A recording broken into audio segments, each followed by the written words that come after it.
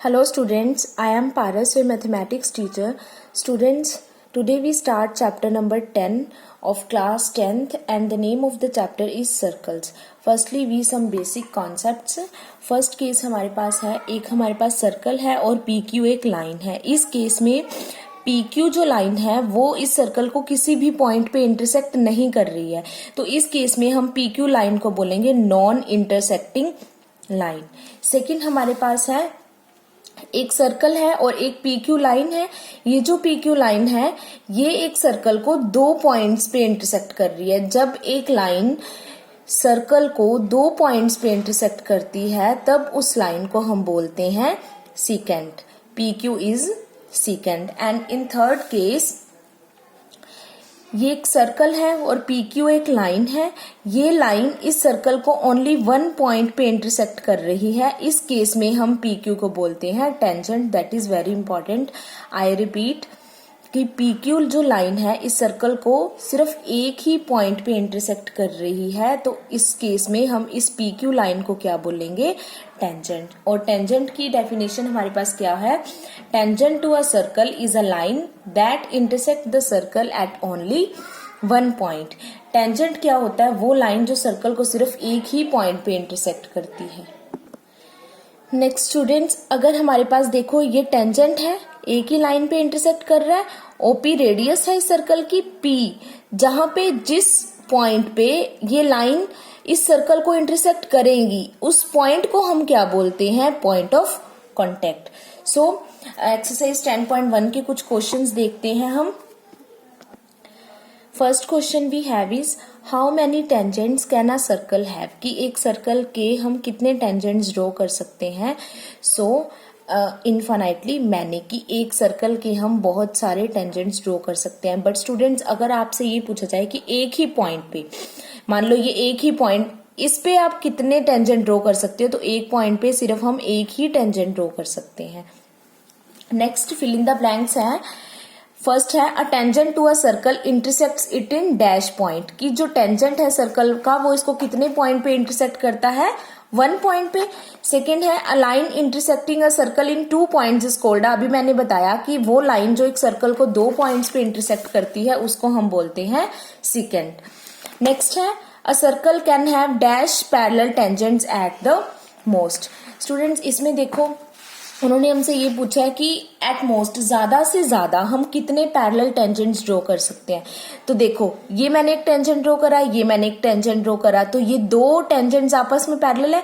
क्या इन दोनों के पैरेलल कोई और टेंजेंट्स हम ड्रॉ कर सकते हैं? तो नहीं. आप बोलोगे कि मैम ये कर दो, ऐसे ड्रॉ कर दो. बट बात ये है कि ये टेंजेंट इसके पैरेलल है. ये चारों टेंजेंट्स आपस में पैरेलल नहीं है. ये टेंजेंट इसके पैरेलल है और ये टेंजेंट इसके पैरेलल है. तो एट मोस्ट टू टेंजेंट्स हम पैरेलल ड्रॉ कर सकते हैं. नेक्स्ट पार्ट है the common point of a tangent to a circle and the circle is called. यही जो मैंने आपको पॉइंट ऑफ कॉन्टेक्ट बताया कि ये कॉमन पॉइंट सर्कल और इस टेंजेंट के बीच, उसको हम क्या बोलेंगे? Point of contact. सो इसका आंसर है point of contact. Students, third question करने से पहले हम 10.1 थ्योरम करेंगे. That is very important. ये एज इट इज आपको प्रूव करनी भी आएगी. इसमें आपको थ्योरी लिखनी पड़ेगी जो भी है.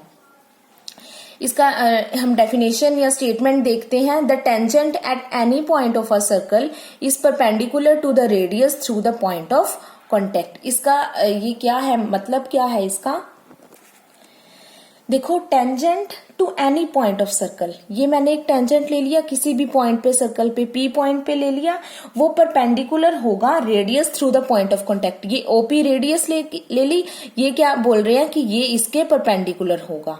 ठीक है. इसका मतलब हमने ये चीज प्रूव करनी है. यहाँ पे हमने थ्योरम प्रूव करनी है कि OP है जो वो परपेंडिकुलर है एक्स वाई के.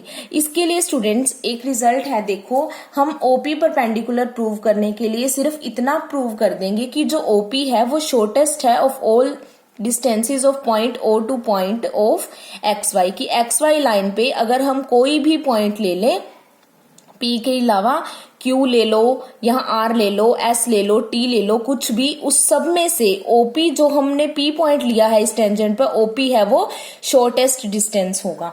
तो इसमें क्या है, हमने एक पॉइंट Q ले लिया ओ क्यू, यहां इसको मिला दो।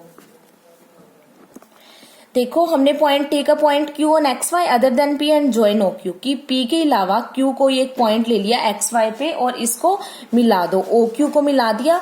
तो उन्होंने देखो स्टूडेंट्स, हमारे पास एक कंडीशन होनी चाहिए कि जो क्यू पॉइंट है वो मस्ट आउटसाइड द सर्कल होनी चाहिए, सर्कल के बाहर होनी चाहिए। अब इसका रीजन क्या है?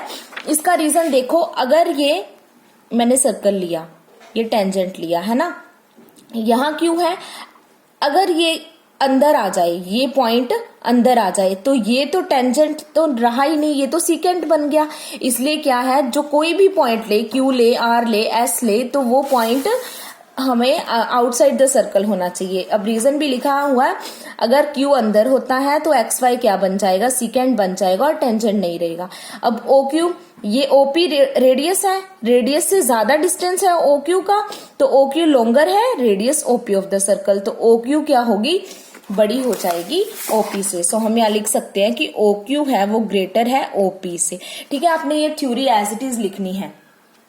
और देखो अब अगर हम यहाँ आर पॉइंट लेते हैं तो भी ओ आर, अगर मैं यहाँ पे कोई आर पॉइंट ले लूं तो भी जो ओ आर है वो बड़ा होगा ना ओपी से। मतलब एक्स वाई टेंजेंट में अगर पी के अलावा कुछ भी मैं पॉइंट ले लूं तो क्या होगा, बड़ा होगा हमेशा ओपी से। तो ये डिस्टेंस क्या होता है, हमें पता है कि जो शॉर्टेस्ट डिस्टेंस होता है वो परपेंडिकुलर डिस्टेंस होता है। ठीक है, या परपेंडिकुलर बोल देते हैं, तो हम यहाँ पे लिख देंगे so OP is perpendicular to X Y, hence proved. ठीक है, तो ये थ्योरम आपकी प्रूव होगी।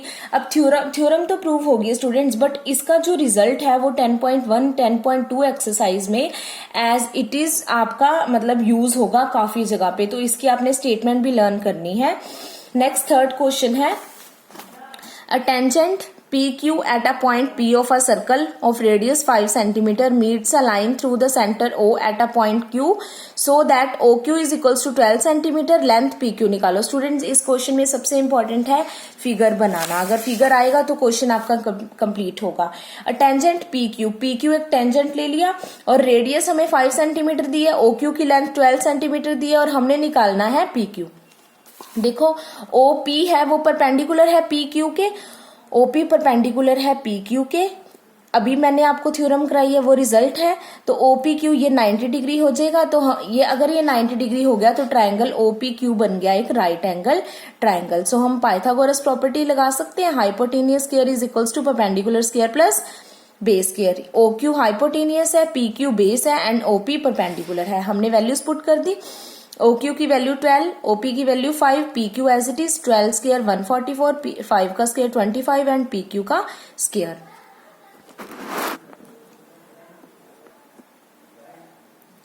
तो 144 माइनस आएगा इधर 25 is equals to P Q square, तो पी क्यू की वैल्यू आ गई under root 119 centimetre. Next question है, draw a circle and two lines parallel to a given line such that one is a tangent and the other a secant to the circle. की दो lines ऐसे draw करनी है कि एक तो बन जाए आपके पास टेंजेंट और दूसरा सीकेंट।